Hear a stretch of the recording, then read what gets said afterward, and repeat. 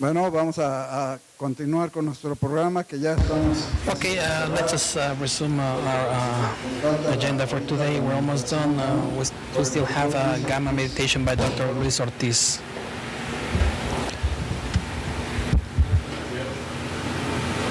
Bueno, no sé qué. Okay, can you hear me? Bien, pues. Well, ¿Y ahora qué hace aquí un médico what does a doctor do here? en un congreso? Hasta que viene a hablar. In a congress like this, I'm glad I have my group of accountants because I need their help. I don't understand anything about it, but I'm glad you are here. I'm a plastic surgeon. I've been doing that for 35 years, and starting at age 4, I've been dealing with meditation. Meditation, which is often talked about, it's sometimes even considered evil. Let's talk about meditation from a scientific standpoint. Personally, I've been working with many masters in Nepal, with chamans in South America, and well, all throughout my life, including my early stages with my grandma, led me to this fondness for meditation. And especially what I was interested most in was to understand how or why human beings only take advantage of 10% of their brain power. This is something that we have learned about neurosciences ever since the appearance of Homo sapiens 10,000 years ago. We have been only using 10% of our brain power. Why? Because that's the way humans are. Of course, we may be part of an evolutionary process, but somebody may say, hey, we cannot be the same type of men we were tens of thousands of years ago. Well, who can talk to Leonardo da Vinci or people living 6,000 years ago? The brain as such is still in the same situation. We continue to use 10% of its power. What's in the other 90%? That's what neurosciences are trying to explain better and better. I don't know if you saw this film, Lucy. It speaks about it, and I truly recommend it. This film really addresses this cerebral awakening, and it does it very well. Ever since I was a kid, I was interested in gaining access to more evolution brain power. With everything I learned all throughout those years in these monasteries, I found that what truly mattered was to be able to connect your brain with that inner being, because typically our work, surgery, and everything we do keeps us busy all day long on the outside. But the response of that evolution is inside of us. And the only way to be able to achieve that insight is through meditation. Next one, please. Can I change it?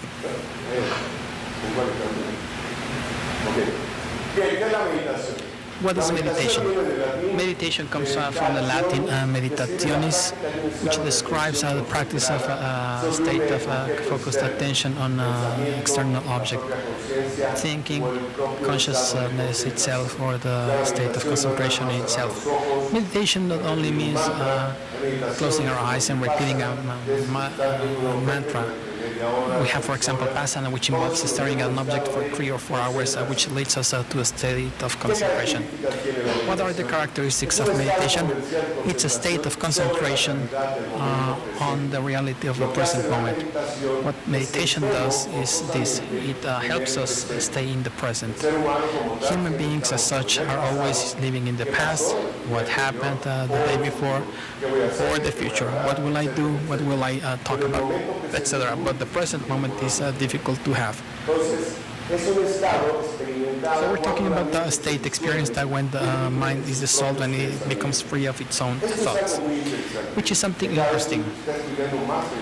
And this is a matter of study in neurosciences increasingly.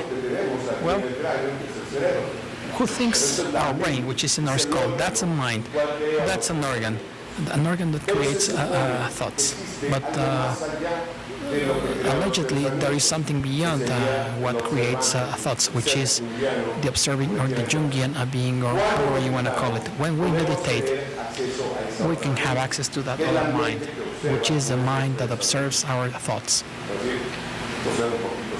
This may sound a little psychotic or schizoid, but over time we can realize, and we will realize, that we can experience or live a calmer life with little stress, with little tension, if we can kickstart this observing eye. Every time we start meditating, we think a million things. Let's start meditating, then I'll think about what happened yesterday, a fight, an argument, or what I'll do tomorrow. So these thoughts are always taking over. But achieving a state of concentration where attention is freed of its common activity and it is focused on God, according to theistic religions or oneself, or from a standpoint of neurosciences in that Jungian being. Well, it is also a focalization of mind in a single object of perception, like respiration, breathing, or the constant repetition of a word or a succession of words as a mantra. First, we have breathing. Breathing is something we do from day one, and it stops when we die, but it's unconscious. Why? Because just imagine thinking about breathing all the time will give us time to think of other things. But when I can help you achieve a different mental state, I can make you aware of your breathing patterns. When you are aware of this automatic breathing and you do it voluntarily, that will help us get rid of these thoughts. What type of international studies do we have in meditation? Present, as I mentioned earlier, well, in the past we are fond of studying the DNA, which is what Nobel Prize winners did. Okay, they did it. Now what? Well, they're now focusing on neurosciences, because it was important to understand the DNA of the human genome. So imagine how important it is to understand where the human thinking comes from, which at the end of the day is only the interaction of neurons. When thousands of millions of them get together, they create thoughts through chemical substances in the brain known as neurotransmitters. But where does awareness among human beings come from? That's my point. How many times have you asked yourselves why you exist? Where are you headed? What's after this life? I believe that you must have done it many times. These are the big questions made by big Greek philosophers, or the philosophers 6,000 years DC. Who am I? Where do I come from? Where am I headed? This is consciousness of consciousness. And only human animals in this planet can do that. And now with neurosciences, they're aiming at finding where that comes from. Well, there's scientific evidence that shows that meditation can reduce the risk of disease. Studies were conducted. This one was a relevant one and a significant one. They inoculated the virus of the flu in 10 persons who didn't meditate and in 10 persons who meditated. Of those who didn't meditate, 9 got the flu. And of the 10 that meditated, only 1 got the flu. Why? It's not magic. When you meditate, what happens in the body?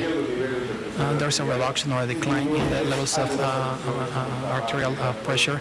There are lower levels of cholesterol and oxidation of lipids, and there is a decline in the psycho-emotional stress. What happens when you reduce the level of stress? Our immune system, we have found increasingly in the field of science that our immune system is related to our emotional state. If we're emotionally in a bad situation, our immune system will be in a bad situation. It will get crazy. So what happens? Why do we get sick? Because there are viruses, there are bacteria, etc., etc. If our immune system was 100% okay. We won't get sick, never, because we have the viruses and bacteria, but we have our immune system. The problem is cancer. All human beings, every single day, are producing cancer cells, because in this division of our cell, which reproduces a human being apparently every 7 years, it's so fast that some cells are deformed. These are the cancer cells. When the deformed cell comes out, the immune system recognizes it and eats it. What happens if we're emotionally in a bad situation, and we have emotional problems, stress? Well, the immune system won't those cells. Today, it is often said that in order to treat problems like cancer, we must treat people from an emotional standpoint. Let's go to gamma meditation. Today, I want to share with you the concept of meditation. Gamma meditation, we're talking about an easy, simple type of meditation. It's not related to any religious dogma. Let's simply call it a scientific form of meditation. We have been practicing it in the Neurosciences Institute for 7 years with great results. We're talking about a multidimensional meditation, which is associated with cognitive changes that can improve behavioral management and fight self-destructive patterns. What the gamma meditation does is take the human brain to a state where it can block the I or the ego. How can it do it? As follows. The prefrontal cortex of the brain during deep meditation increases blood flow and neuronal activity in this area. These studies by Andrew Newberg from the University of Columbia in Massachusetts found that when somebody is in a deep state of meditation, something happens. The prefrontal cortex got triggered in the past, and we used to study that with encephalograms, but we couldn't identify what type of or what area in the brain could be triggered or not. Today, that's easy with the MRIs. You get somebody to meditate, you use an MRI machine, and you can identify what types of a brain are triggered or going off or shutting down. We found that in the deep state of meditation, what happened was that there was an increase in the blood flow in the prefrontal cortex of the brain. For information, what makes us different from even the most intelligent animals in the planet are the prefrontal lobes. The Homo sapiens, the human being, upon developing, once it becomes more intelligent, it does because there was a development in these two lobes, because the occipital lobes are for vision, the parietal lobes are for movement, etc. And here we have those for hearing, but these are the ones that give us intelligence. But it was quite interesting. There was an increase in blood flow in the prefrontal area. How can I point with a laser? In this area. But the scientists found that in the parietal zone, this one here, there was some sort of a shutdown in the study. And what happens with the parietal zone? The parietal zone is the one that gives us a state of balance on my position, my body, my posture, me, if you will. In the parietal lobes, that's where you have the ego, the body. So that's why when somebody gets into a deep state of meditation, they get kind of disconnected, and the prefrontal lobes got triggered.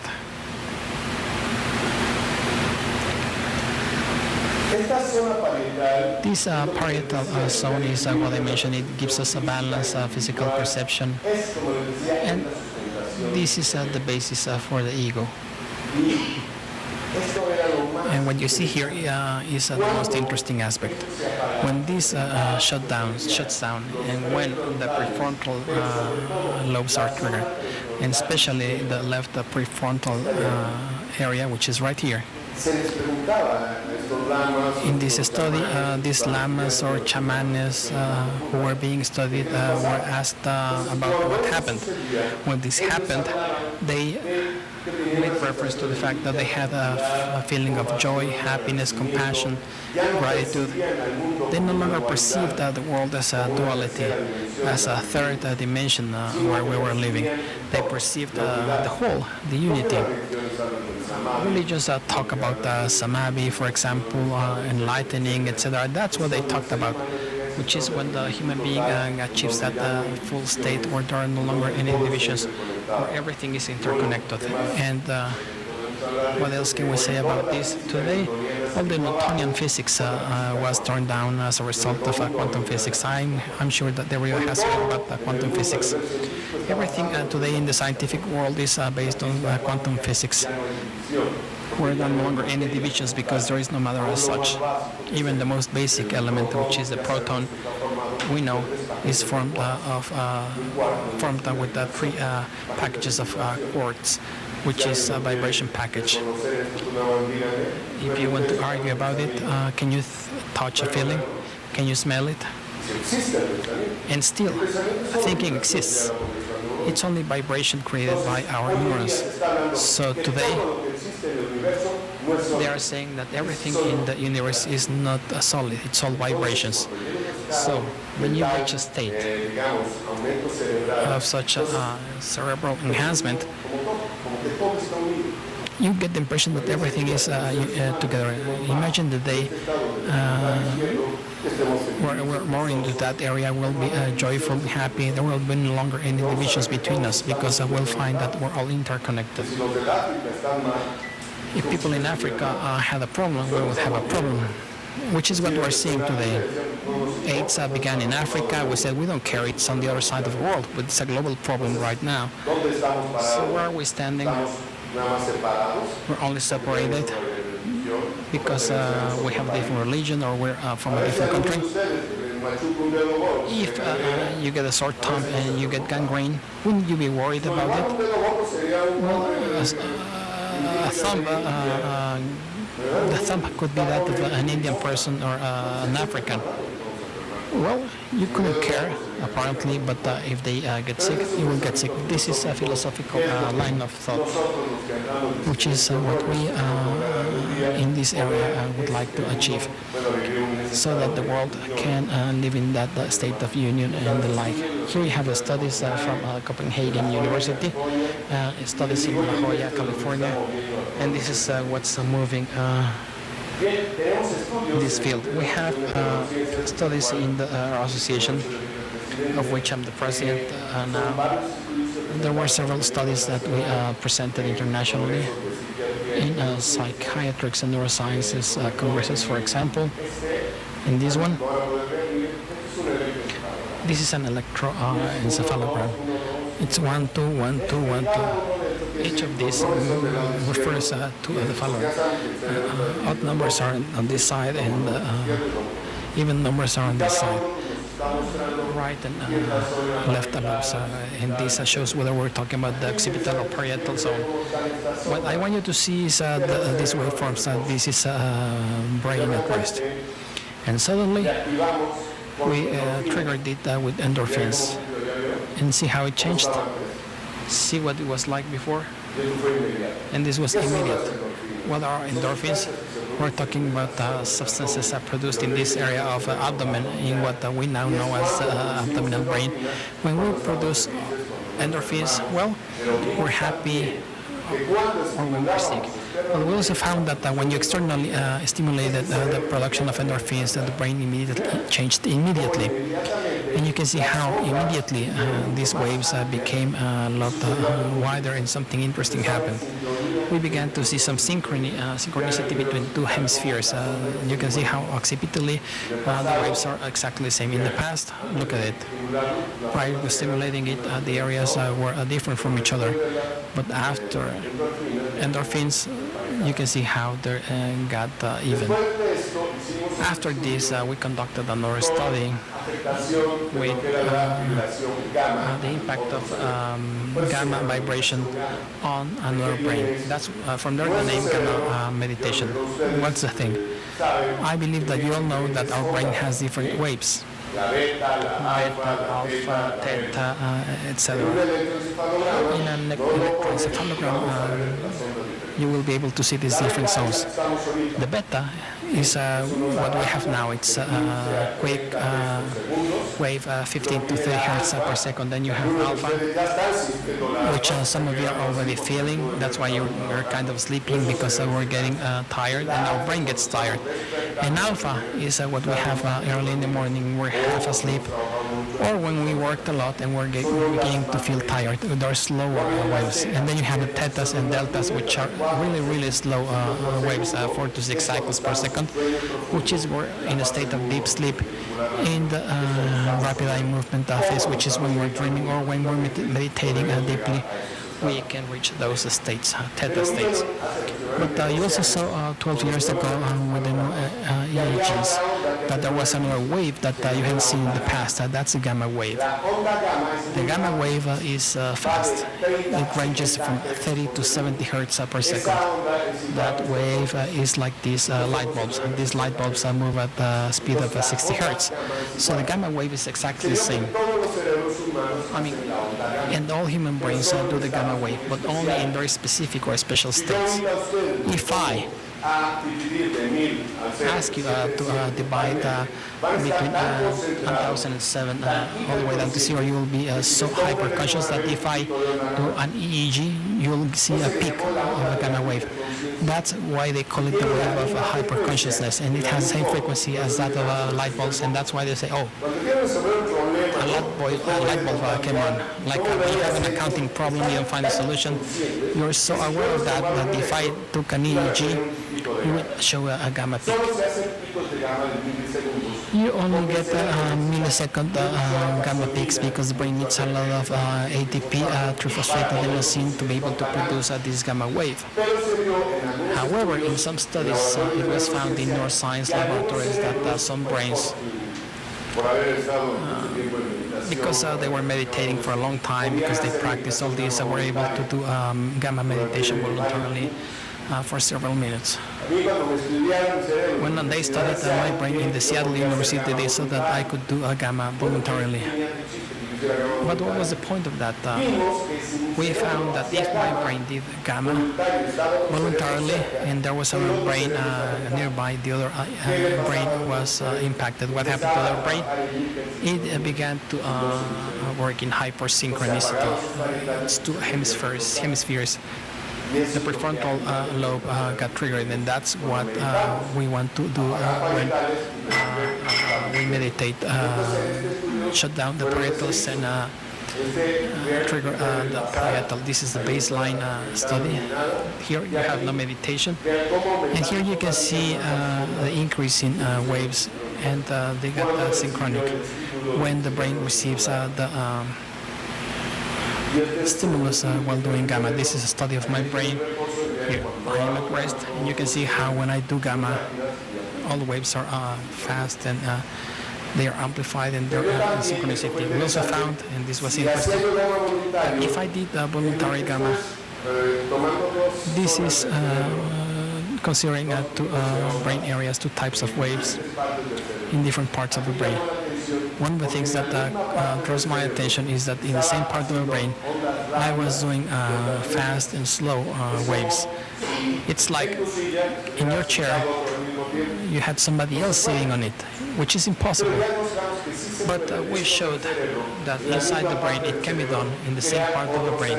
You can create another brain, which is interesting because that's what gives us the possibility of achieving or reaching a higher evolutionary state, because the brain is there.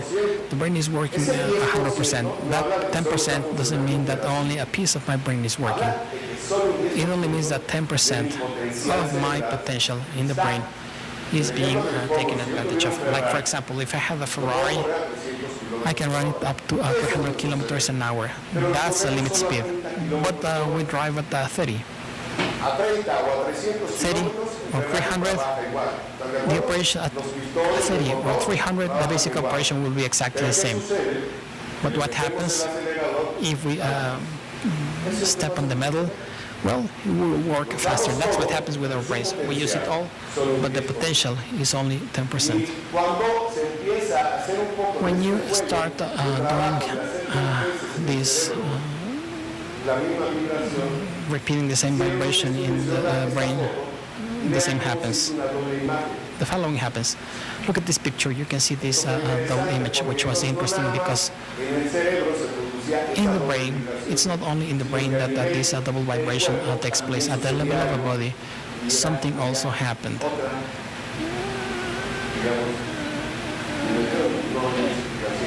And here we see another dimension. I am not giving a scientific explanation. This is just a curious fact. This is when gamma is taking place. Here's the brain at rest, and here's when I'm doing gamma. Look where gamma is taking place in the left prefrontal. So we could say that gamma meditation not only is useful to help the brain work better. We did a series of studies on gamma meditation. Where in addition to achieving unusual levels of consciousness thanks to the synchronicity of brain hemispheres and the creation of neuronal connections, something really interesting happening. What generated the vibration of gamma meditation at the level of our DNA, of our chromosomes? 2.5 years ago, we had an opportunity to work with a doctor who worked with Nobel Prize winners in the field of medicine 2 years ago. And that medicine Nobel Prize discovered that inside the chromosomes there is an enzyme known as telomerase. These chromosomes are these little legs. So what they did was the following. They measured in the blood of thousands of patients these little legs and the size thereof, as well as how much telomerase were in the chromosomes. What is the purpose of telomerase enzyme? Every time a cell in our body is divided, it needs this telomerase enzyme. So the Germans said, well, depending on how much telomerase you have in your system, we can determine how much you have left to live. They took a blood sample and they said, hey, you're 40, you've got this much telomerase and you got 20 years of life. Or 30. That's why they got the Nobel Prize. They also found that there were certain diseases that evolved really fast. It's like a glass of wine. What contributed to that fast end? Diseases like diabetes, lupus, cancer, and people with stress. People with stress drink their glass of the life elixir too fast. But before that, there was no medicine or drug that would allow humans to increase telomerase. There was a lot that could help the client, but there was nothing to restore those levels. So Dr. Blanca Murillo, who is a National University scientist, conducted these studies with 4 subjects or individuals. This is difficult and expensive studies, but thanks to the National University, we were able to do it. The individuals involved were 2 participants, 2 male participants and 2 female participants. They gave blood samples at day 0. They measured their telomerase levels, and they got their level. And these individuals were then asked for 21 days to do gamma meditation without skipping a single day, which is really important because the brain works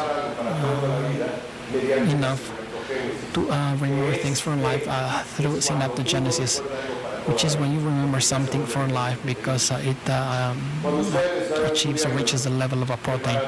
When you're in prep school, you may study the night before, and you will forget in 2 weeks. Then you go to college, and then you have to study every single day. And I'm sure that you still remember many of the things that you learned in university or anatomy in my case, because we studied more than 21 days. This is called synaptogenesis. There is a memory at the level of proteins in the brain. And from there, the 21 days. Well, after 21 days, blue blood samples were taken, and the surprise was this. They found that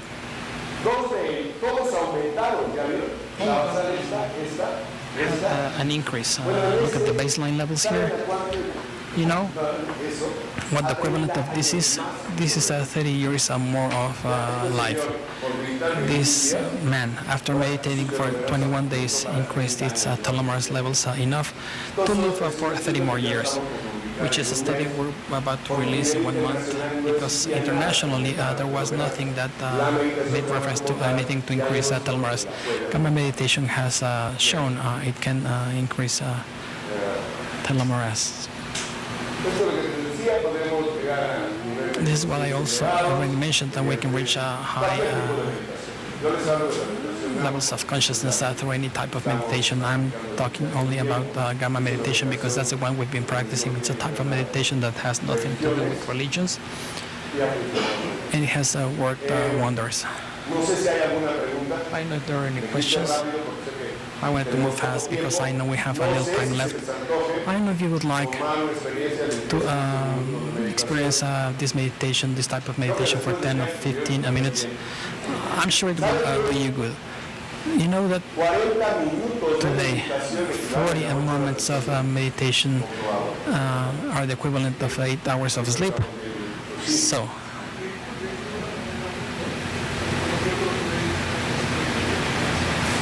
are there any other means to increase the levels of telomerase? The question was if there are any other means to increase the levels of telomerase. There's nothing apparently. The most recent study conducted that was shown to increase telomerase, and I highly recommend it, and I've been doing it for 8 months, is resveratrol. Resveratrol is the grape peel. They conducted studies with this grape peel. They're capsules. Black grape. It's already in powder. It's encapsulated. I know resveratrol. Resveratrol. You can buy it at GNC. Take one a day. It's wonderful. It's antioxidant. It's like you took vitamin C. That's the only ingredient that has been shown to increase telomerase. Any other questions? Okay, prior to meditating, for you to relax, let me show not a commercial, but the place where I come from, my hometown, and the place I own, and it's got nice music. It's like 2 minutes. We have a video ready. Any other questions in the meantime?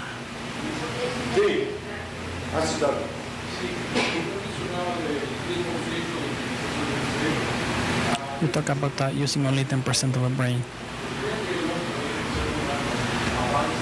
The day we overcome this situation,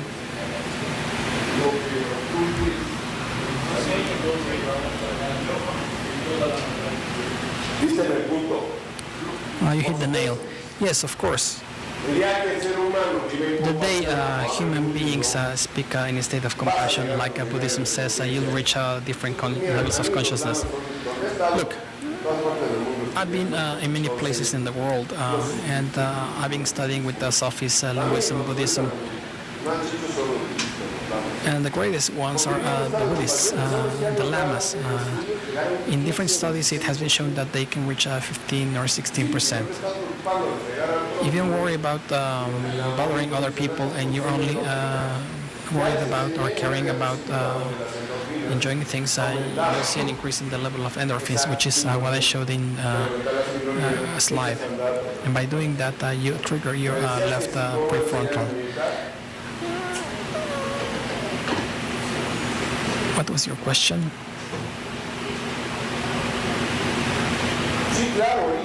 Yes, sure. We'll do a 10-minute meditation. If you want, you can take the CD. There is a Gamma meditation CD. You can use it, but don't do it while driving. Yes, because instead of Gamma experience, you'll get a Gamma blow. And whatever you pay for this CD is not for my own benefit. I use it for charity purposes. Put it on an iPhone because it's not just download it to your iPhone and get your earphones, and if you do it every single day, you'll see an increase in your levels of perception. I mean, your brain will work a lot better. Is it ready?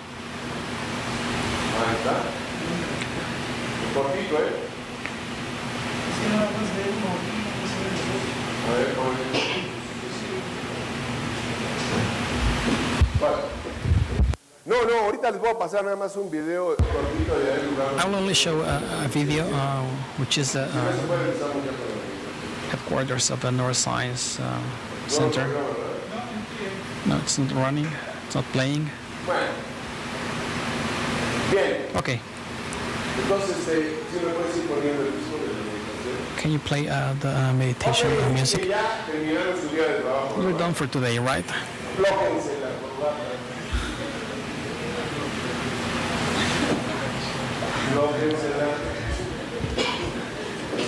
Loosen your ties.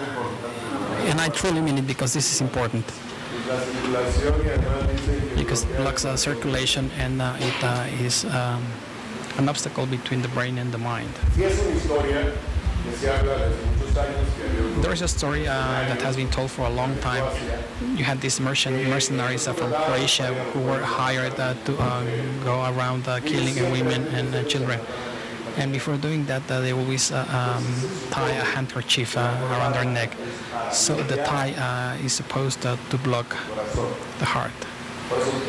That's why all soldiers wear a tie or a handkerchief. So,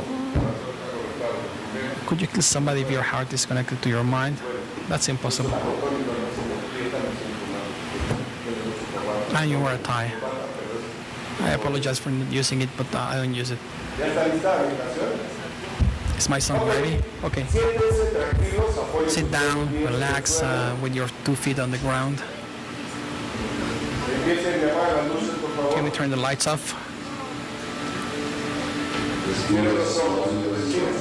Breathe slowly.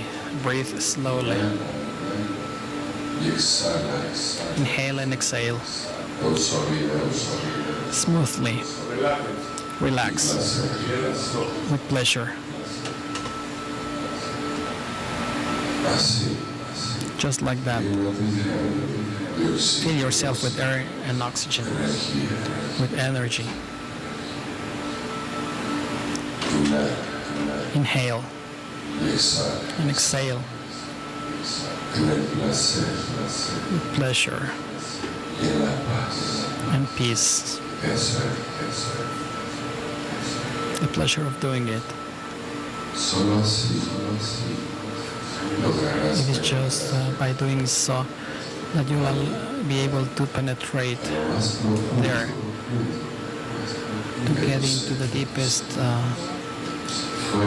corner, outside of your body, outside of emotions, outside of any sensation. You will finally penetrate the total being. And from him, out of him, and only through him, you will be able to elevate yourself to another dimension. It will only be through that being in the center of your own being, through your heart, through total happiness. You will vibrate so high as the highest waves of your mind.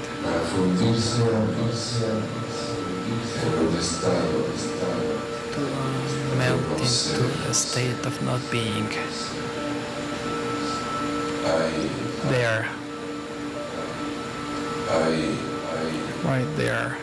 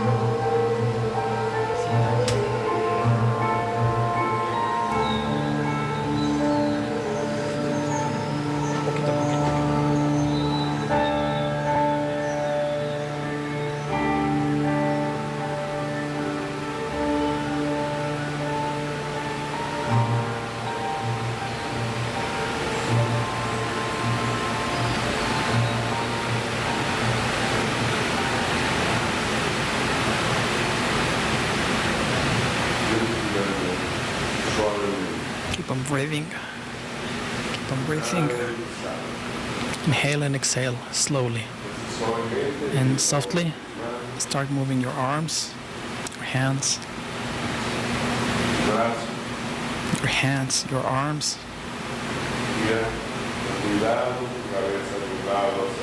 Turn your head sideways slowly. Your shoulders, your legs, and thus open your eyes. Okay, this is just a taste of meditation. As I mentioned earlier, many countries in the world, in many countries of the world, before getting to work, employees must meditate, and there must be a reason. It has been shown that they are more productive. Employees are more productive, less conflictive, and healthier. In some schools, I'm working with the primary schools, and we're getting children to meditate, and it's incredible. Children can get into deep states of meditations really fast, which would put an end to addictions and bullying. This is what I wanted to share today. Thanks a lot for your attention. This is the first time I work before a group like that, and before coming here I said, wow, what can I do with them? We're talking about smart people, but thanks for listening to me, and I'm here at your service.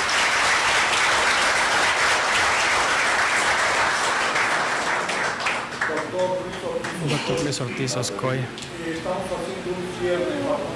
This is fabulous, and after a long day of work, and this meditation you have helped us participate in is the icing on a cake. It helped us shift from human love to what we should aspire to be as human beings, divine love. This can be summarized into words. Love, which means without death, all the way down to the opposite word. Fear, hollowness, sadness, the death of God, hollowness. That's why UC&CS America, on behalf of Mauricio Bomaraca Gonzalez, is honored to present you with this certificate for your great presentation, which was so necessary.